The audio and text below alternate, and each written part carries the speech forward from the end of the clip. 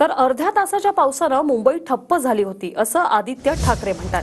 घटनाबाह्य सरकारचे 2 पालकमंत्री फोटो काढायला पुढे असतात पण काल दिसले नाही असंही टीका आदित्य ठाकरेंनी केली. तर आदित्य ठाकरे कदाचित उद्धवजींबद्दल बोलत असेल असं उत्तर आशिष शेलार यांनी दिलंय. फोटो काढणारा नेता उद्धव ठाकरेंच्या रूपात महाराष्ट्रानं पाहिला असंही आशिष शेलार म्हणतात.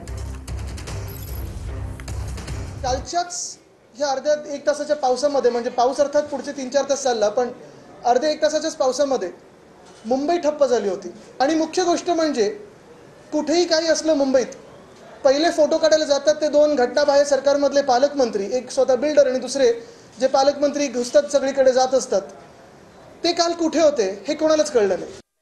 कदाचित उद्धवजींबद्दल ते म्हणाले असतील, राज्यात फोटो काढणारा नेता उद्धवजींच्या रूपाने बघितलाय.